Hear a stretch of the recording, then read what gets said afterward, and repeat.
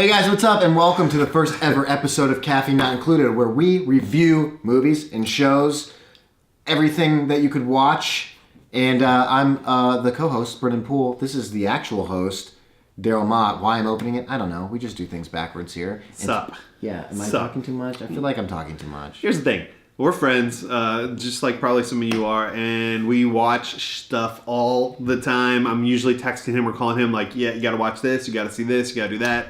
And then one day he was like, what if we just review these for our friends and people out there that are going like us, like you probably are, every night on the couch with the remote, and what happens? You have no idea what to watch. There's a lot of choices.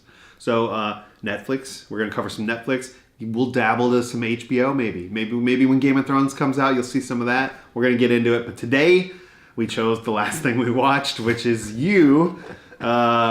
And probably you've seen it. We will give you spoilers at the end. So if you're worried about that, it's going to be a proper review. Yeah, and then at the end, we'll spoil. Absolutely. Yeah. So if you haven't seen this yet, we're going to tell you why you should like it, why you won't like it, what we really think about it, and please let us know what you want us to review next. We're always open. Boom goes the dynamite. Should we start? I think we need to jump all over it here. All right, it's called You. This is a show that just recently, this is a newer show on Netflix. It's brand new. Yeah, when did it come out? January? January. January? January. It's January 2019.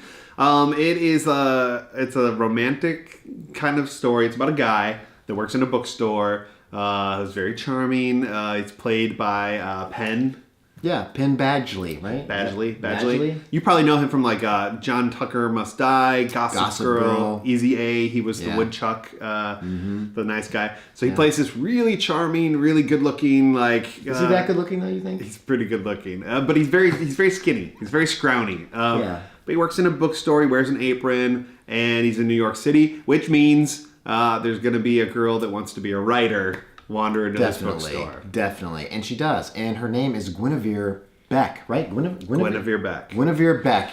She only goes by Beck the whole movie. Don't worry, you don't have to know her name the whole time. But she comes into the bookstore and I guess it's... Not looking for love. She's not really looking for love. She just was like going into the bookstore because she's a writer, whatever. She's into books and runs into Joe where Joe starts to obsess over her. Oh man, who's been there before? This dude goes into her social media. He's all over Google. He's basically like a cyber stalker in the beginning. Big time stalker. He's following her every move across all of her social media platforms. Meanwhile, he's not on social media. Interesting. Yeah, no footprint. But the guy is like, he's really charming. So you're kind of like, I like this dude. I'm into this guy. I would describe this as a rom-com horror because it's romantic. You're kind of like, I hope they fall in love. But then you're like, oh, that's an invasion of privacy. That's a pretty serious invasion of privacy. There were so many romantic scenes in the movie, which I found myself with Lindsay and I, of course, watching it together. Yeah. Being like, man, this movie it's got some really nice romantic scenes. There's some hot and heavy scenes in there if you like that kind of stuff. There's a lot of sex. A lot of sex. That's all we'll say about that. So basically, it's the start of a relationship. Everybody's been there, right? And this girl is like the most basic white girl. She is like a walking yoga ad, okay? And here's the deal with her. She is trying to figure her life out, right? She's young, money problems because she's in New York. She's always trying to fit in, too, like with other groups of... this group of friends that she's in because all of them are, popular on social media or wealthy. A really wealthy family. And so she's always trying to, like, be someone who she's not. Yeah, so Beck obviously has this, like, scumbag of a boyfriend. Like, or she's dating this guy. Yeah, she's dating this guy, yeah. And so obviously, this guy, our character, Joe, is like, oh, she can't be with him. This guy's no good for her. I'm going to get involved. And obviously we don't want to tell you everything that happens, but... when you're following this story, you're like, it's kind of relatable, right? It's like the beginning part of a relationship. Beck thinks she hit the lottery. New and exciting. Everyone's happy and like trying to like get to know one another, and it's all that excitement built up over like the unknown, the uncertainty of what's going to happen in a relationship. And they did a great job of showing that in the show. I loved it. But Daryl, why should they watch it? Here's why you should watch it. It's 10 episodes, which for Netflix, for me, 10's my limit. Like, once it gets past 10 episodes and there's like multiple seasons, it's too much. 10 episodes, that's the perfect amount that you can binge without feeling like you're really wasting your time. It goes fast. After 10 episodes, I think it starts getting like too much to keep track of in one season. Lots of twists and turns. I never knew what was going to happen next. You never know what's going on. By the time you think that something's going to happen, you think that this is predictable, oh, it's going this way, boom, they shock you. You have no idea what's going on. I loved it. There's also people that you might recognize. If you were a fan of Pretty Little Liars, Shay Mitchell is in it. Yeah, she's in it. She's one of the main fantastic. characters. She's great. Does a great job in the show. Plays a character named Peach. Yeah, who is also very intense. There's a guy in the bookstore named Ethan. Like, there's a lot of cool characters where you'll find yourself like Paco, there's a little kid named Paco. So it's pretty good if you like thrillers. If you like thrillers, you like rom-coms. And it's funny. There's humor in it too. A lot of funny scenes. Then it's definitely something you want to check out. Here's why you might not like it. This is why you probably should skip it. Stay away if these things bother you. I wouldn't say trigger warnings, but if you've ever had a guy that like locks his basement or doesn't let you in the garage or like, I don't know, like it's just very one too many pair of handcuffs. This is not for you. maybe stay away from that guy, right? But if you've ever been in seriously, if you've ever been in a relationship with somebody that is like a little controlling, or I could see this being what people say triggering now. You might be upset. It is like there are times that I finished an episode and I was like, ugh, I don't feel good. I don't know. That was tough to watch. There are a few episodes that are difficult to watch. There are I wouldn't say necessarily like it's not real gory, but there are some scenes in it that are difficult to watch. It's not that. I mean, there's some blood and some stuff in it. Yes, as these things happen when you are a crazy stalker person. But if those types of things are things that you like want to just stay away from, you don't want to see those types of images or scenes, then skip it. Yeah. But if you loved it, also, I do want to let you know, season 2 has been approved. There is going to be a season 2. So if you find yourself after 10 episodes like us, we did like it. You're in luck because they're going to do another season. So yeah, I'm stoked on it, and I think that there's going to be some cool new twists in it. You can read about the new season that's coming out, where they're actually going to be moving. Right, he's moving. So all in all, we say watch it. Yeah, watch it. You should watch it. Now, this part is important. If you have not seen it, we're going to do our spoilers now. Spoilers! It's time to spoil it. Spoilers are my favorite part. So if you guys don't want to know the spoilers, make sure to like and subscribe to our channel. And go check out one of our other videos where you can see more movie and show reviews. I just want to make it clear. We liked you. Obviously, we like most of the things we watch. We'll tell you if we don't like it. However, spoilers for us is where we can actually kind of tear into the project. We're going to talk to you about plot holes, what we liked, what we didn't like, why, what were the problems that we had with it, basically. So if you haven't seen it yet and you are going to watch it, stop watching. Because now we're going to spoil it. But if you have seen it, jump in. Tell us your opinions and what you think about what we thought.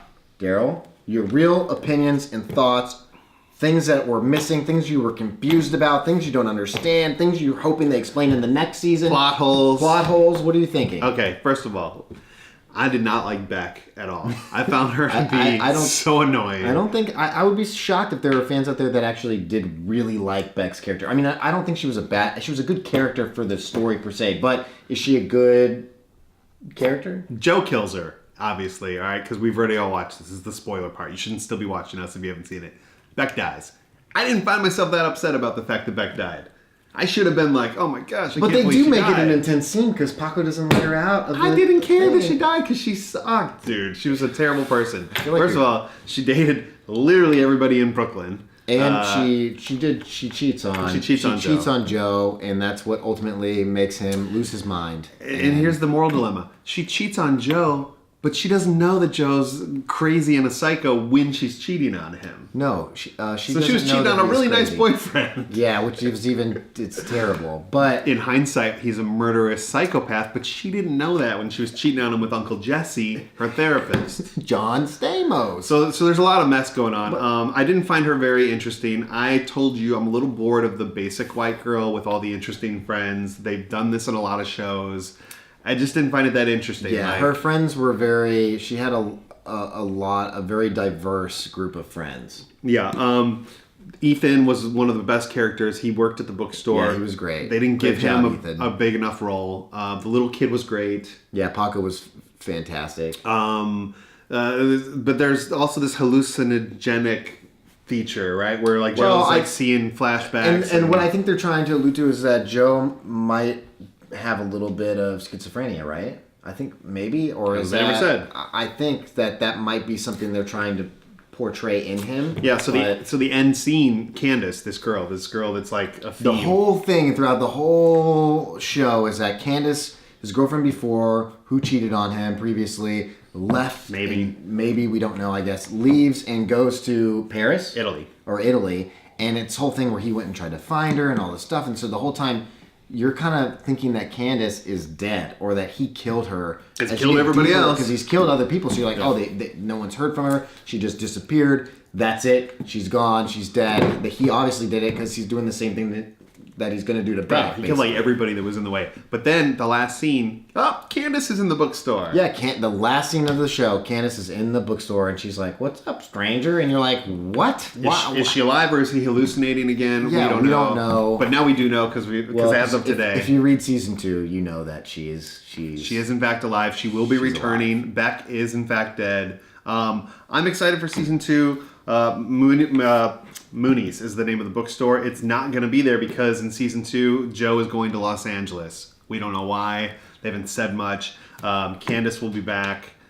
I don't know. I'll watch because we watch everything. I'm definitely going to watch because we have to find out what's going to happen with this Joe guy. I feel like I'm almost kind of attached in a way to find out how the story ends for Joe because we've already seen so much of what he's gone through to get to this point that it's like almost natural to be like, okay, well, what happens? Does he get caught? Does he get busted? Is there going to be more drama? Is he going to kill more people? Is he over Beck? Now that Candace is back? Is he actually over Beck? Is he in love with Beck still? Who He knows? like, killed her. Very complicated. I will tell you this though, if you're watching Netflix directors, if the whole season 2 is going to be flashbacks of Beck showing up places in LA, I'm not into it. I didn't like Beck enough to have her come back. Follow her. Flashbacks, Beck, secret scenes that we didn't see of Beck beforehand. Maybe it's going to allude to him getting captured. Who knows? We'll see. I don't know. Or it'll be like one of those shows where like he almost gets captured like 8 episodes in a row, and you're like, he almost got caught. Oh my gosh, you got to see the next one. What's going to happen? That could turn into one of those deals. And if you do watch a lot of Netflix shows and you are a fan of Haunting of Hill House, the girl from that show is actually going to be in. I think her name's Victoria. I don't know how to say her last name. Victoria Pederiti or something like that. I'm bad at close. Names. Sorry, guys. She is going to be in season 2. Maybe that makes you happy. I don't know. Watch you. Let us know. Did we get this one right? Do you agree? Do you not agree? And please send in some more stuff for us to watch because email us. Caffeine Not Included Media at gmail.com. Let us know what you thought about you. Maybe we'll do like a side episode and talk about everyone's thoughts and we'll discuss it. We'll watch it so you don't have to. That's the tagline. Yeah, that was perfect. So I guess we should say bye. Yeah. All right, guys. Make sure you like and subscribe to our channel if you like movie reviews and TV show reviews. We're going to be putting out more content for you guys every week. Later.